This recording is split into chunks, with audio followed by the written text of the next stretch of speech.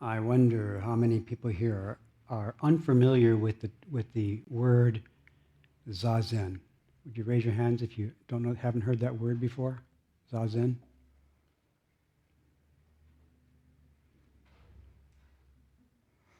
Okay, so I'd like to talk a little bit about Zazen today.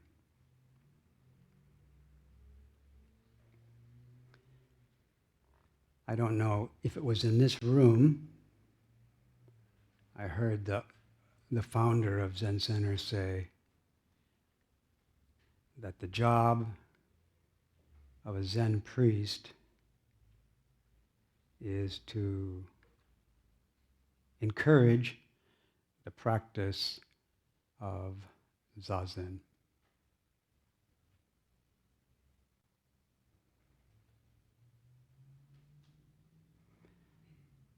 I'm thinking maybe he felt comfortable to say what the job of a Zen priest is. Being a Zen priest, maybe he wanted to tell other Zen priests who he was teaching what their job was. But, you know, the thought arises as I'm looking at you that the job of a Zen priest could be appropriate also for non-Zen priests. That would be for you to consider as I talk about this job. So Suzuki Roshi says that Zen priests are to encourage Zazen, and then even if you're not a Zen priest, you might wonder about whether you wish to encourage the practice of Zazen, whether you wish to encourage yourself to practice it, whether you wish to encourage others to practice it.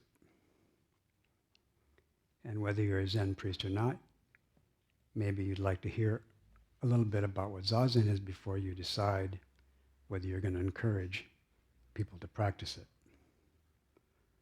So what I'm saying about Zazen is what I think it is. And what I think it is has something to do with what I think the ancestors, like Suzuki Roshi, thought it was, and said it was, and demonstrated.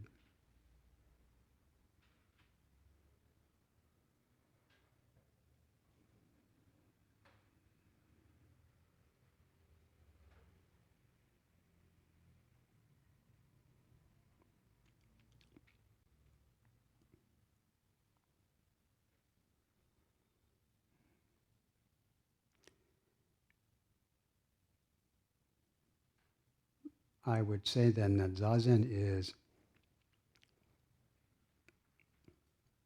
the practice of complete, perfect enlightenment.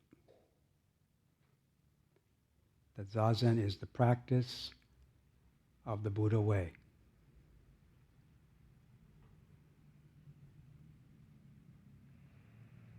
It is the practice of enlightenment. It is a practice which is inseparable from enlightenment.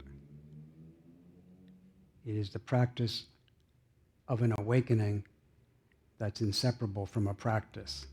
And it is the practice which awakening is inseparable from.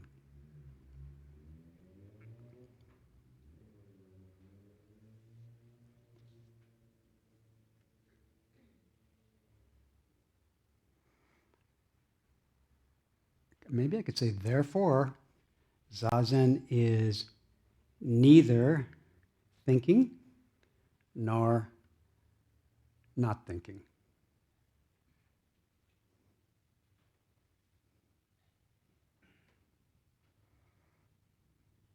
For example, it's neither ordinary thinking, nor is it, for example, dreamless sleep, where there's no thinking, or a coma, where there's no thinking, or a state of deep concentration, where thinking has been turned off.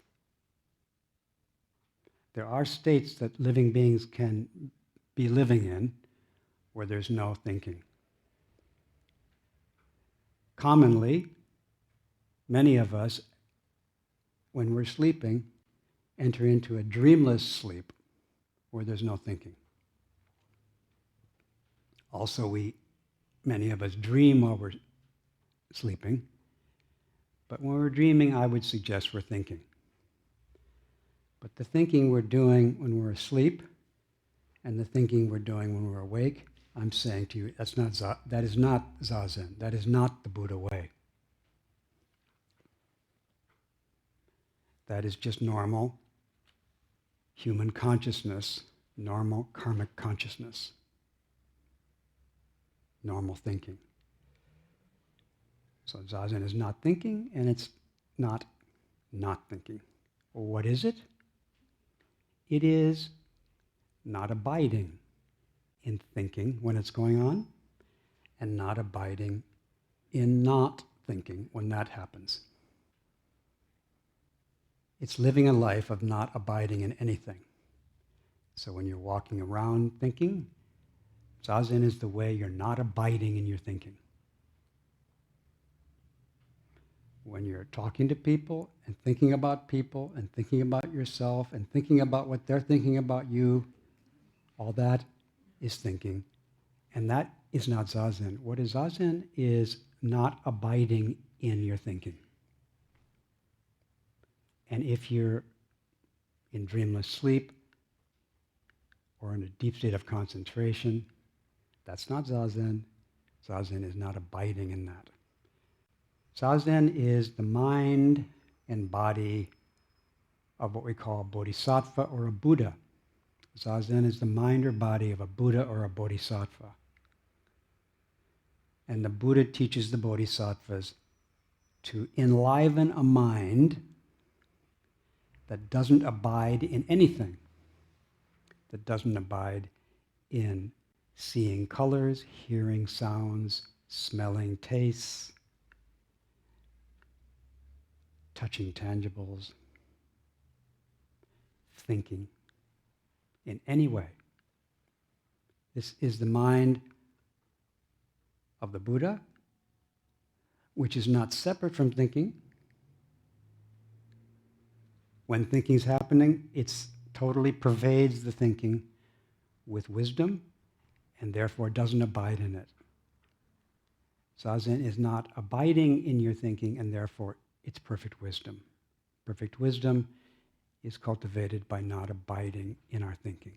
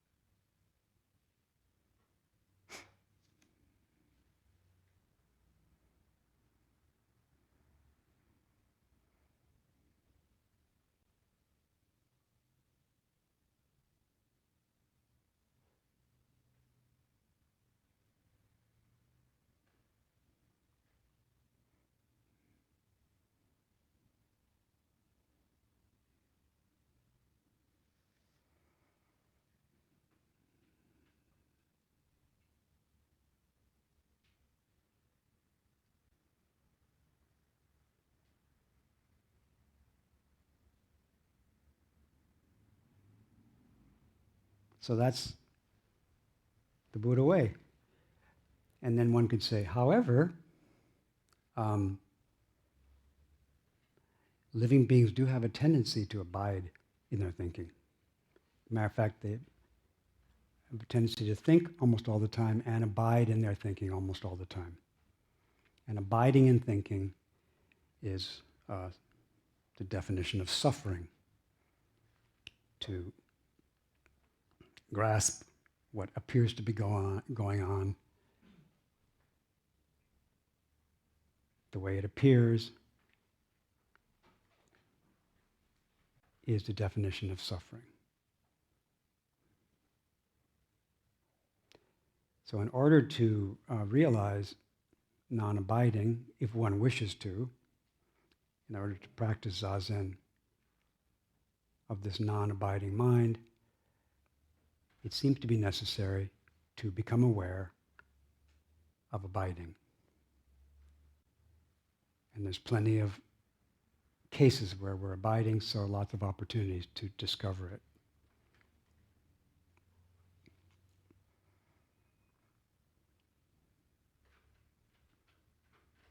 And the place where we're, the situation, the realm where we abide is called sometimes self-consciousness, or consciousness where there seems to be somebody there.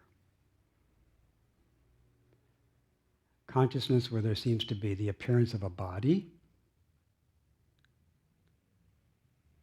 or a hand, and then there's some sense of possession of the hand.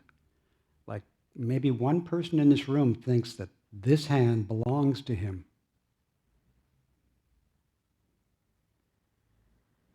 Maybe some more than one, but I think there's one person who thinks both these hands belong to him.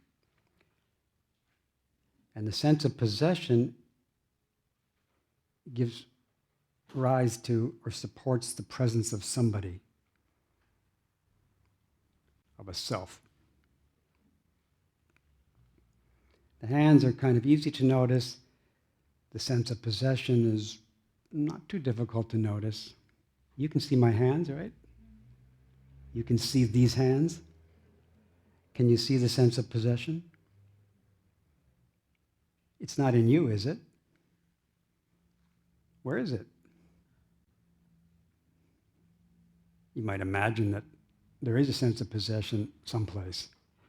Well, that's a self. I mean, that's not a self, but that's a key ingredient in a self. And this person might call the one who owns these hands me. Or, these are my hands. But you probably wouldn't. There's some other hands, though, that you might call yours. That sense of self there is a key ingredient, not only, it's a key ingredient in consciousness. Without that sense of self, we don't have self-consciousness. And consciousness, I would say today to you, I'm using the word consciousness as self-consciousness.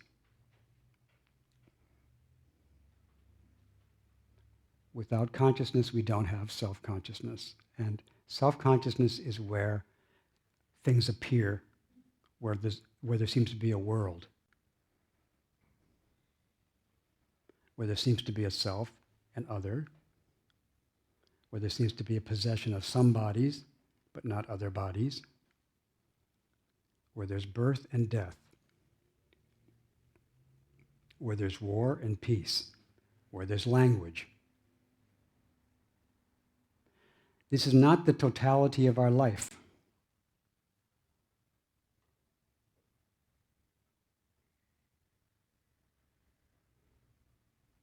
It's not our whole life, this realm of self-concern, this realm where there's a self. It's not our whole life. It's a very important part of our life because it's where we suffer and it's where we learn the Buddha way.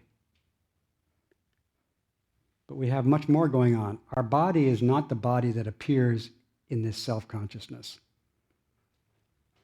A body appears there and there's a sense of owning it, but we have actually another body which doesn't appear. We have a body which is not appearing to us. And that body which doesn't appear to us supports us imagining a body which appears to us. And that body lives with a marvelous cognitive mind, a marvelous cognitive process, which from the point of view of self-consciousness is called unconsciousness by me today. I am not figuring out how to move, I am not consciously figuring out how to move these hands. I don't know how to move these fingers. I can't do this marvelous thing. I can't figure out how to move these things like this. It's too complicated for my conscious mind. But from my conscious, my self-conscious, but my cognitive processes of my body can move these fingers.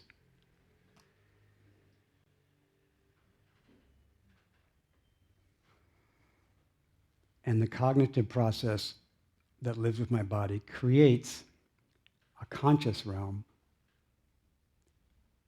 where I think I own the dream body that's appearing in consciousness. And it's there in that consciousness that I imagine I can abide, for example, in that dream body, or in this dream consciousness, or in this dream self.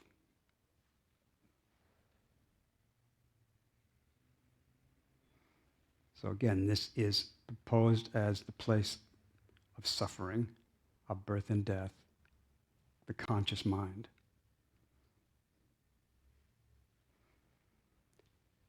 The Buddha way is sometimes said to be learned by learning about this self. The Buddha way is not abiding in consciousness. It's not abiding in unconsciousness. It's non-abiding. But in consciousness, there's a well-established tradition of abiding. So to learn the Buddha way is to learn how to not abide, and to learn how to not abide is to learn how we abide, is to study the conscious mind.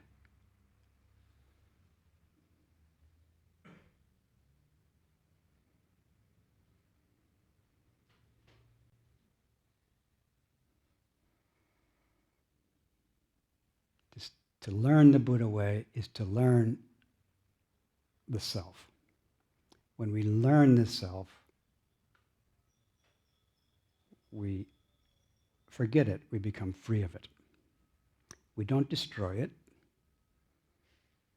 It's still available to support consciousness.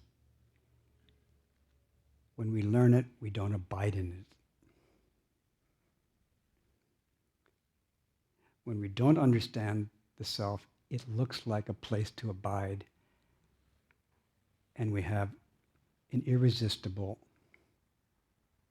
inclination to abide when it looks like we could abide. But when we see that it's not an abode, that it's an ungraspable process, we realize non-abiding. When we understand the self, we don't abide in it, and we realize the mind of Zazen.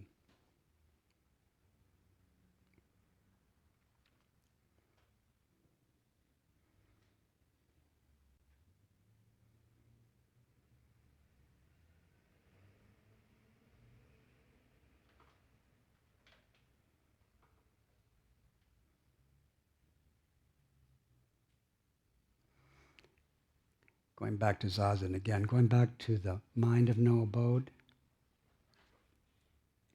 it has been said, I'm going to say it now, this is like a rendition of words of other people, but today I would say each moment of Zazen is equally wholeness of practice, equally wholeness of enlightenment.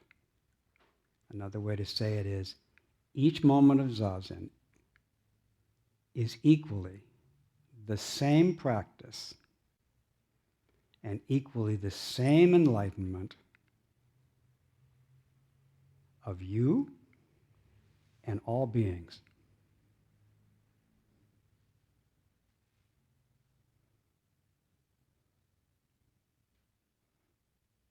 All living beings, all beings who have not yet realized perfect enlightenment, their enlightenment and their practice, and also the enlightenment and the practice of all Buddhas. Each moment of Zazen is the same practice as all living beings and all Buddhas. The same practice and the same enlightenment. There's not multiple Zazens. There's not multiple non-abidings. When we enter into the non-abiding mind, we enter into the non-abiding mind of all beings. The Zazen of all beings. The enlightenment of all beings. The Buddha way of all beings.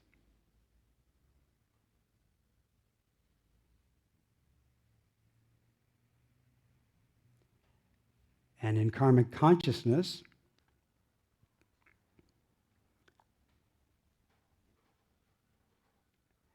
if we don't abide in karmic consciousness, if we don't abide in self or other, we open to the zazen of all beings.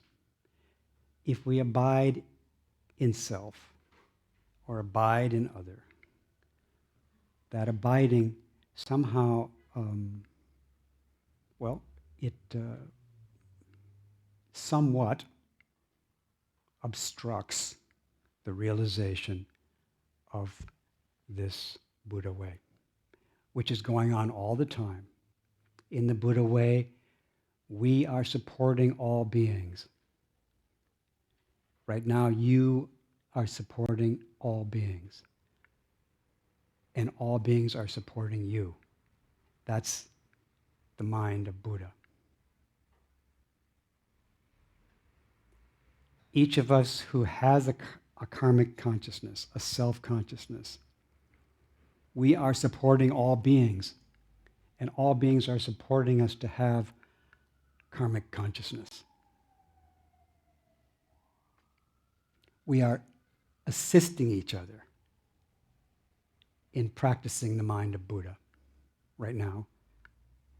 And this assistance is imperceptible. It's not an image that appears in karmic consciousness. There's no image. There can be an image of it, but the image is not it. Like right now, I'm saying these words and images can arise in our minds of what it's like for us to be non-imaginatively assisting each other to live together.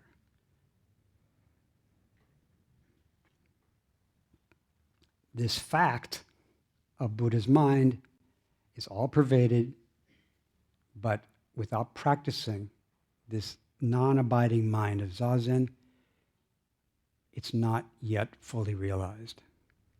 Even to hear these words and consider them is a step towards realization, or it's compatible with realization. But if I'm holding a little bit, if I'm abiding a little bit, that forestalls to some extent the realization of the way we're living in peace and harmony with each other and the whole universe right now.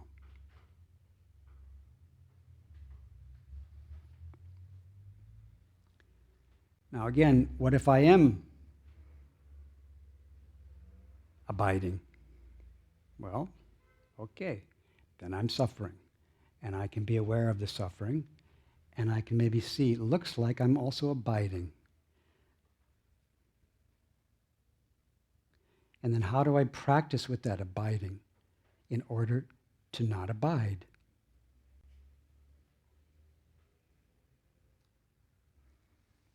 Well, we practice by doing bodhisattva practice with the abiding.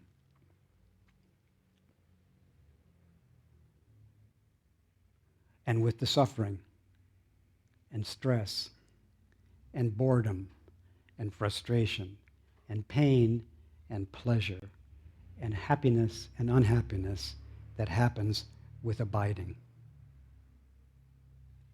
We start by practicing generosity. Towards what? Well, everything, just to make sure we don't miss anything.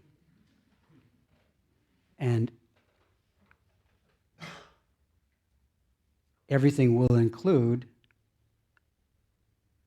being gracious towards the abiding, being gracious towards self and self-concern. Many people notice self and self-concern, and they say that they're getting sick of it, sick and tired of it. They want to get out of self-consciousness. They hate or they dislike. They're irritated by self-consciousness. Me, me, me, me, me, somebody says, not being happy with that statement.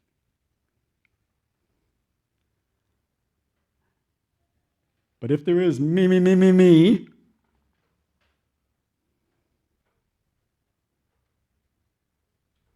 first thing to do with me, besides listening to it, is listen to it compassionately, listen to it generously. If you and I could completely welcome me,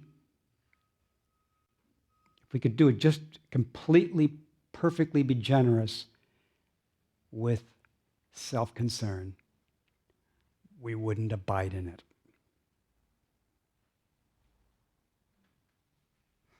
But self-concern can take these very difficult ways of manifesting. It can manifest as concern with getting old, concern with losing your mind, concern with whether you're smart or not, concern with illness of the self and of what the self is related to. It's hard to welcome some things. It's hard to welcome the appearance of a cruel person who's called me or called you. It's hard to welcome that. It's hard to be generous to cruelty. For some people, it's hard. Some people are so good at generosity that they can welcome cruelty in all the wide varieties of it. These people are called Buddhas. No matter how cruel people are appearing, they welcome it because they don't abide in the appearance of cruelty. And by not abiding in the appearance of cruelty,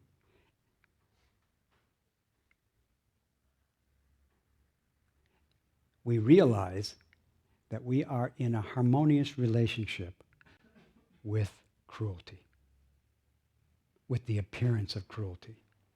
That we support cruelty, and cruelty supports us in a harmonious, peaceful, and liberating fashion.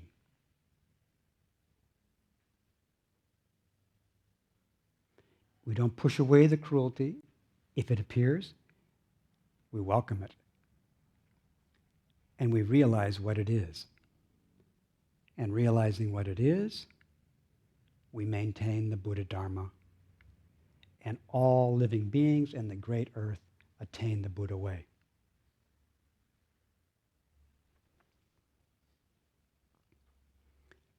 That's the first bodhisattva practice, basically. Generosity. And it is applied to everything that appears in our life, which means everything that appears in karmic consciousness, in self-consciousness.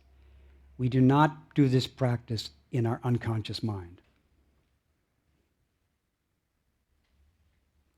Our unconscious mind supports the creation of our conscious mind, where kindness and cruelty appear and where we can practice generosity. And when we practice generosity in our conscious mind, that practice transforms our unconscious mind. And the unconscious mind supports the arising of another conscious mind, which is more likely, by such practice, to continue to do such a practice. I cannot consciously make myself generous, but when generosity arises, it becomes a condition for more generosity. You cannot consciously make me say what I'm saying to you now, and I can't either. I'm not in control of what I'm saying, and neither are you, but you and I are supporting me to speak these words about generosity. And again, I say, if we can do generosity completely, it would be perfect wisdom. It would be the mind of Zazen, not abiding in whatever we're being generous towards. Terrible sickness. I don't like terrible sickness, and I may not hate terrible sickness. But if I wish to realize the bodhisattva mind of Zazen, I practice generosity towards sickness. Now our dear friend, Abbot Steve Stuckey, he has a terrible, painful illness.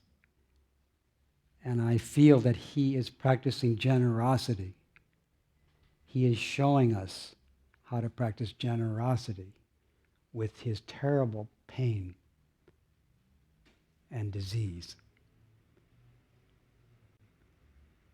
I can't see him right now, but knowing the way he has appeared to me in the past, I think he's still practicing generosity towards his illness. I don't think he likes it, and he maybe doesn't hate it, but I think he's welcoming it. And I don't think he's exactly grateful that he's sick. I think he's grateful that he can be generous to his sickness. When I'm sick and I'm generous towards it, I feel like I'm doing my job as a Zen priest. In other words, I'm encouraging Zazen. When I welcome my sicknesses, my aging, my waning,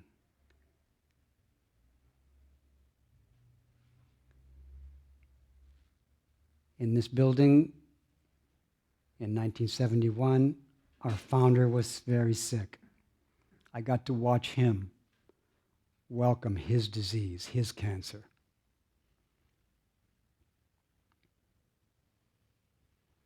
That's the first bodhisattva practice. That's the first thing we do with our abiding in our body and mind. We practice generosity. Then we practice, and again, I said, if we can do it completely, it is perfect wisdom. But usually we can't do it completely without then going on to practice ethical discipline. So for example, if it's illness, okay, here comes illness. What am I supposed to do now with illness? Oh, what was that again? Oh yeah, I'm supposed to not abide in it. But I am abiding in it. So how do I deal with the illness and the abiding? I practice generosity with it. Oh, and I can. Great. Or I can't. And I'll try again. And again. Oh, now I feel like I'm pretty generous towards my disease, towards my pain. I've let it into my life. But it can sometimes happen that you let a difficult guest into your home, into your life, into your heart, and once it's inside, you say, wait a minute, that was a mistake. And then you might say, take it back, go away. Or you might try to kill it. Or you might try to intoxicate yourself so you don't feel it. Or you might try to lie about it. Or you might say bad things about it. In other words, you might practice unethical responses to it. Even though you let it in, which is the beginning. The beginning of becoming free, of abiding, is to study the abiding, and the beginning of studying the abiding is to welcome it. But then once you welcome it, you have to look to see, did you think that after you welcomed it, it would go away? As a matter of fact, I did. Yeah, right. In other words, I was welcoming it because I heard this is the path to wisdom which doesn't abide in the sickness. But actually, I was trying to get something by welcoming. In other words, I was trying to take what was not given, and so on. We study the bodhisattva ethical principles in relationship to whatever, well, in particular, in relationship to our clinging, our abiding in ourself. And then we move on to practice patience. Patience with what? Patience with we're still clinging, we're still self-concerned, we're still afraid because we're concerned about me. We're still afraid what's going to happen to me. We're still concerned with our approval rating.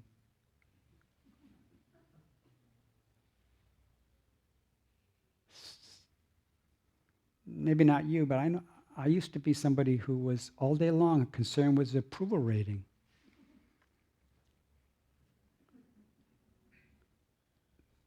When you abide in the self, you might be concerned with your approval rating. So now I say I have a practice to deal with that. Be generous towards being concerned with approval rating. Be generous with the watching to see what's the latest approval rating. 44%, good. No, bad.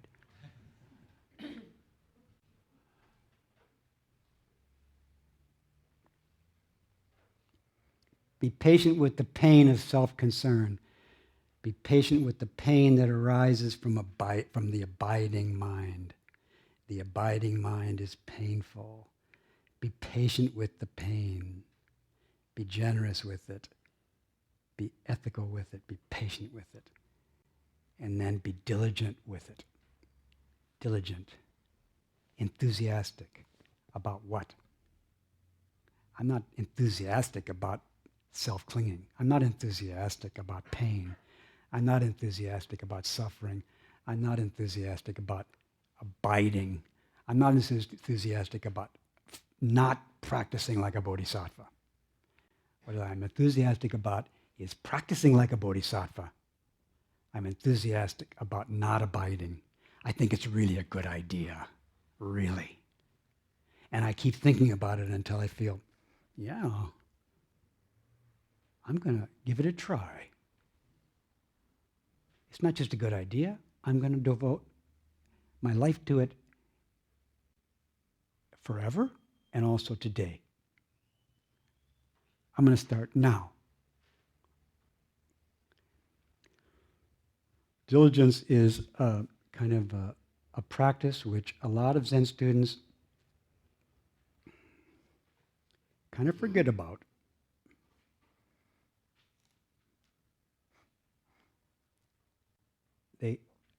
They never even heard of it.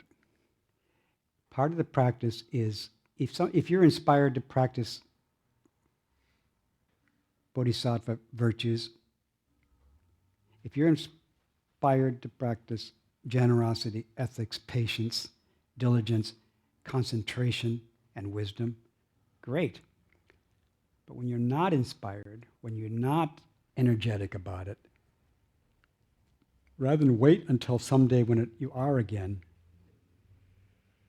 you practice contemplating what you want to do until you feel energy coming up from that contemplation. You think about your aspiration to practice the Zazen, which is the Buddha way, which is enlightenment, which is the way we're living together in peace. You want to practice that, you want to practice that, you remember you do.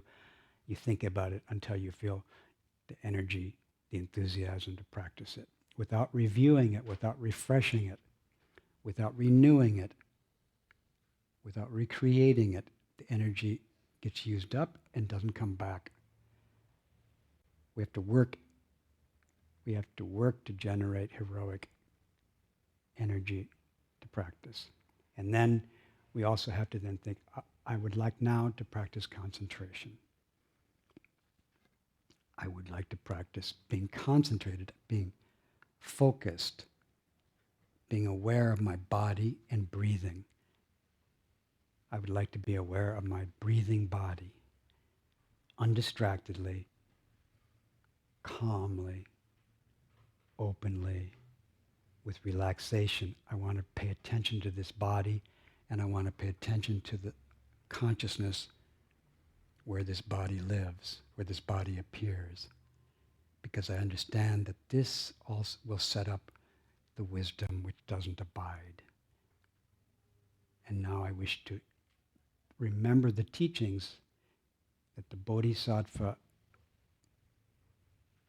Zazen mind doesn't abide in anything. I listen to those teachings. I listen to them. I recite them. I remember them. I write them.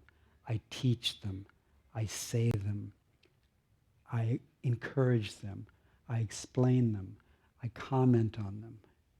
I listen to them. I say them. I recite them until they sink into my unconscious, and the teachings then come back up in my conscious, and I'm thinking more and more about the bodhisattva mind that doesn't abide. and it liberates all suffering and distress.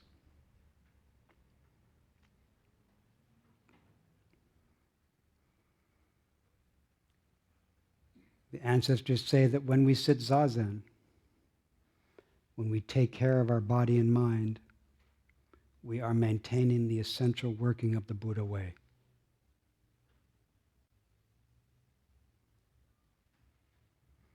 And any hindrance to this practice, we have a way to deal with it. We practice generosity, ethics, patience, diligence, concentration, and wisdom with the hindrance.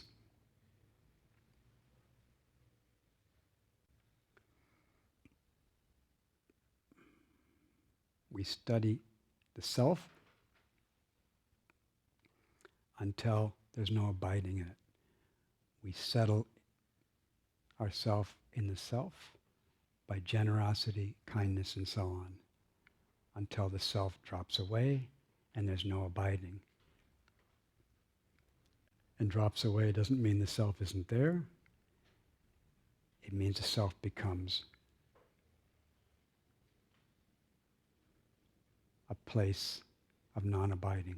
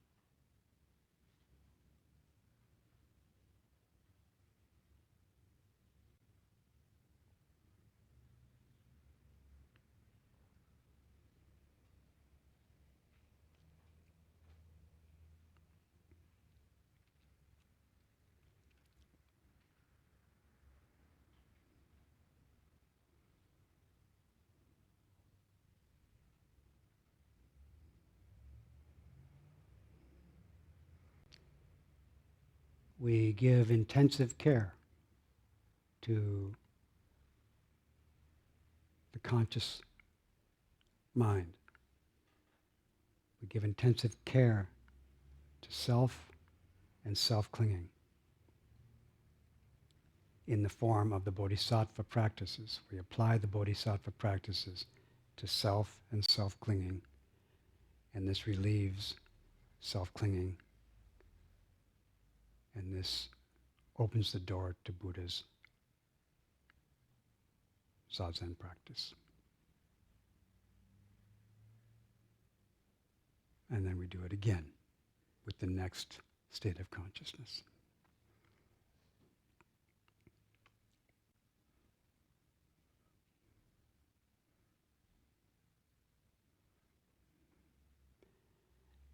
So I could just now say everything I said again, but that would maybe not be necessary. Actually, it is necessary, and I will say it again, but I'll leave the room before I do it again. So you can decide what you want to say again. What do you want to be thinking about to remind yourself of zazen? How will you remind yourself to practice? How will you remind yourself to practice taking care of learning what the self is? How will you remind yourself to remember the Buddha way? What will you rehearse and remind yourself of? What will you be mindful of to reorient yourself on the path of liberation and peace in this world with so much sickness and suffering?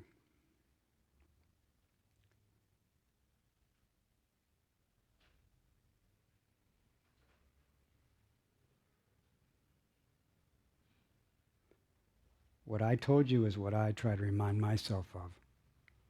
And I don't always remember, but this is pretty much what I what I am reminding myself about. I'm sharing with you my meditation text, my Zazen instruction.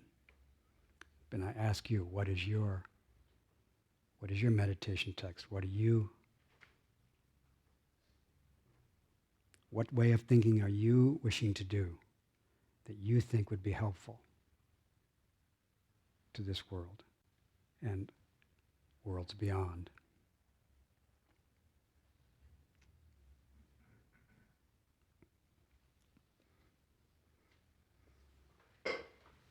May our intention equally extend to every place with the true merit of Buddha's way. Shunryu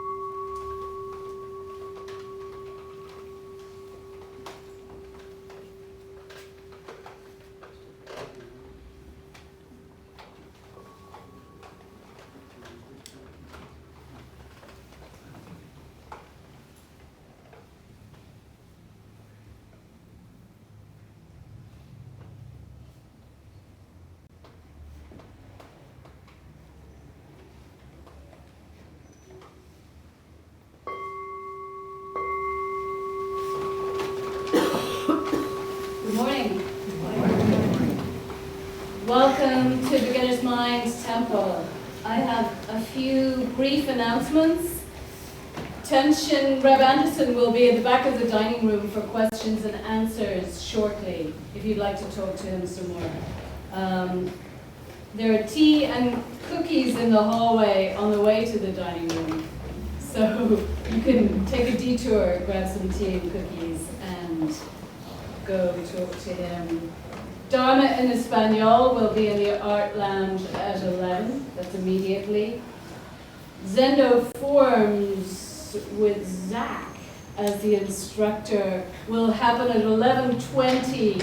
Meet him outside this door right here. So if you came for Zazen instruction this morning, you can have some further instruction on how to enter the Zendo, how to bow to your cushion, and all those other mysterious things that we do. Saturday Sangha will be in the Art Lounge at noon, and lunch by donation is also at noon. There'll be a newcomers table that Shundo, Reb's Jisha for today, will be hosting. So if you'd like to talk some more about life in the temple, please meet Shundo at the newcomers table at noon. I hear there's honey in the bookstore, which is now open. There are also books in the bookstore. And zappos and zabatons and many other delightful things. The office is open, and in the office you can sign up for various upcoming events. a meeting with Robert Thurman on Friday, November 8th at 7:30. And on November 9th, Robert Thurman will be doing an all-day workshop. These are happening off-site, so you can check that out on the flyers outside here, or ask about it in the books in the office, or have a look online. Sailing to Byzantium, a day-long gathering for men over 55, is happening November 10th, led by Jeffrey Schneider. Queer Dharma is happening this afternoon at 1 o'clock here in the Buddha Hall. There's a donation box outside. Please feel free to make a donation to support us in our continued practice. The chairs go back to the dining room. The folding chairs can be put outside on the back porch. The wooden chairs go to the dining room, so you have something to sit on at lunchtime. And the zafus that came from the Zendo, please take them back, as I said earlier, to the place where you got them. That would be really helpful. Thank you very much.